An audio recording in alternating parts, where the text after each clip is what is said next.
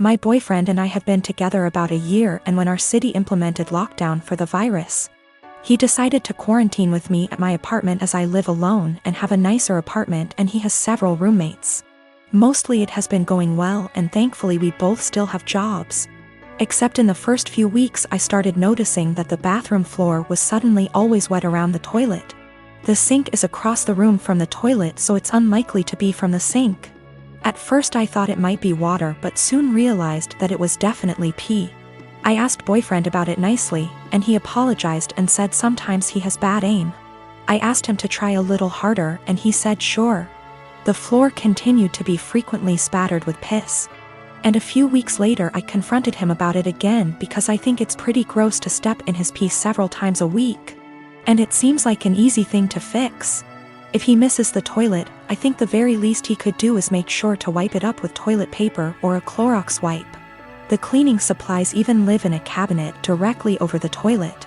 He said sure, sorry, he would try to remember to do that.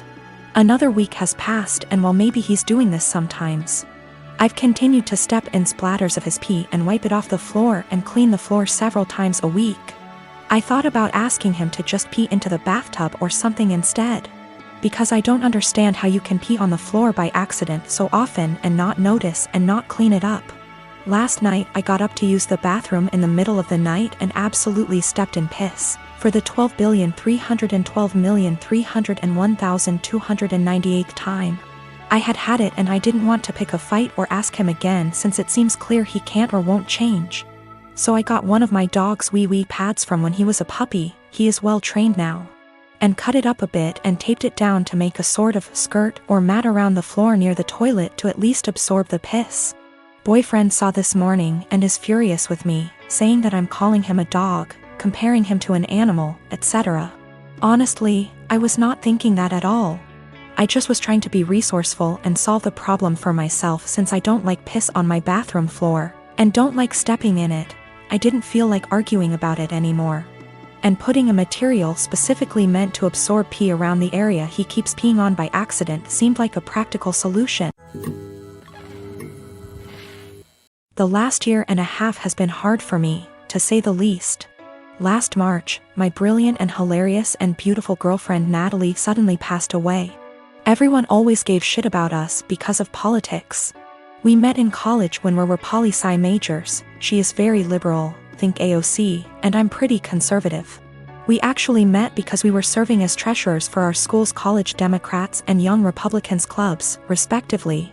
And our groups would get together for drinks or bowling or laser tag once a month. Well, Natalie and I bonded over a lot of shared interests, and we hit it off. Even if we didn't see eye to eye on many issues, debating her was stimulating and formed the cornerstone of our relationship. We've had debates that went on until dawn. We just bounced off each other.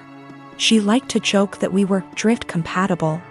I wanted to marry this woman, but she passed away before we got a chance to talk about marriage. I'm in therapy and I'm working through not having her in my life anymore, but it's been rough.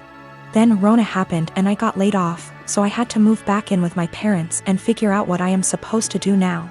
My parents mean well, but they got married really young and are more conservative and religious than me. They've been trying to set me up on dates with single girls from their church since I moved back home. But I don't want to date these girls. No offense to them, but it's a small town in the American breadbasket. They don't share the same interests as me, and it feels like their only goal in life is to be a good Christian wife and produce a lot of babies. Trying to talk to them about current events is excruciating for me. The girls my parents tried to set me up with take everything they read on Facebook or hear from Fox News for face value. It makes me miss Natalie and our debates more. My parents mean well.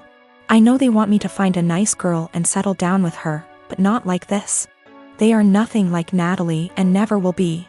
I miss her, even if my folks didn't like her ideas. But when I told them the other night that I wanted them to stop setting me up on dates with these girls, they freaked out and told me that I needed to consider settling down since I just turned 30. They're good girls from great families, I know that, and my parents like them more than they liked Natalie, but she was my one and only. I don't think it's fair for anyone when I still love her. They are even more angry at me because I told them that I just don't see myself getting married anytime soon.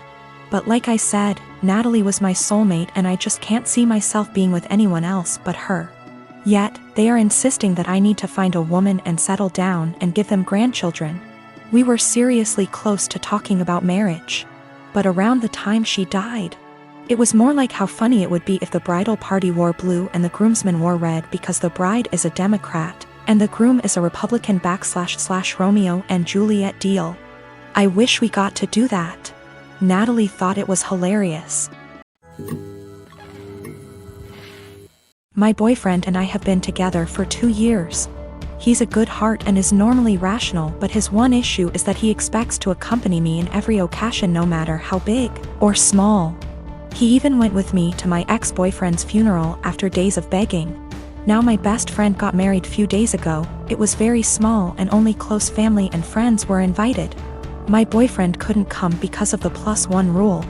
He pitched a hissy fit saying my best friend has no respect for my relationship and was shocked when he learned that I was still going to attend. He told me that if he can't go then I'm expected to not go as well, but that is my best friend and I had to respect her rules. He gave me an ultimatum: either we go together or I stay home with him.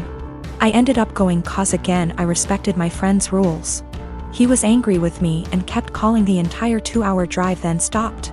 Later I got a text from his friend telling me my boyfriend, got into an accident and was taken to the hospital. I freaked out. He gave me the address and I had to leave the wedding and told my friends why. I was crying the entire drive home and kept calling his friend but got no response.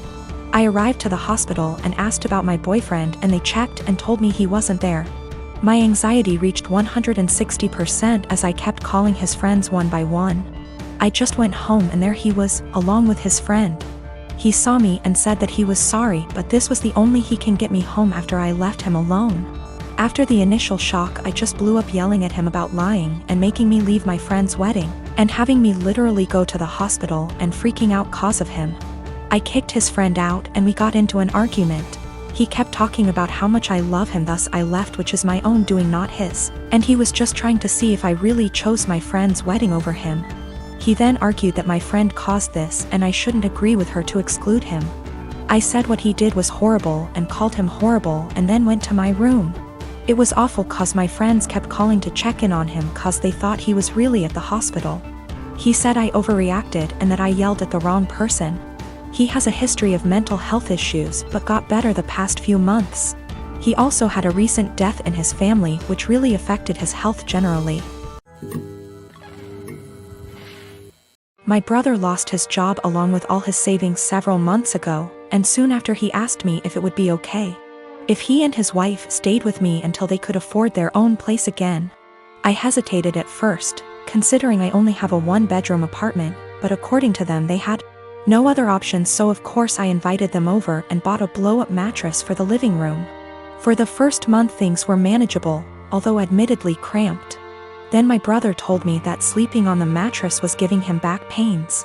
So he asked if he could buy a small double bed for the living room.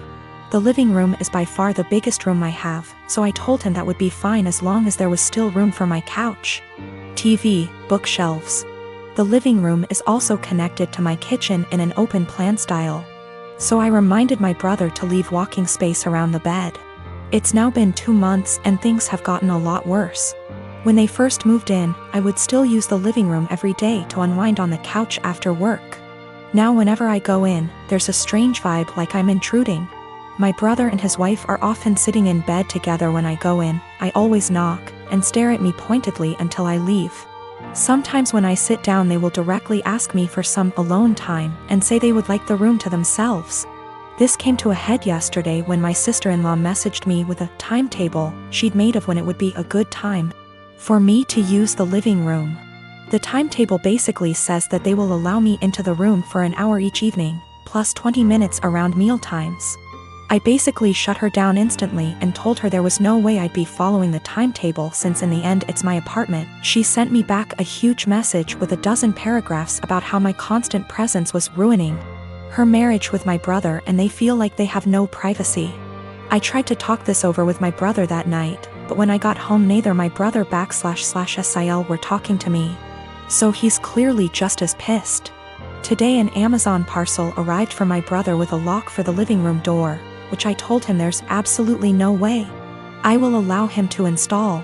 My brother says I'm creepy for wanting constant access to where they sleep, and he's insisting on installing the lock anyway.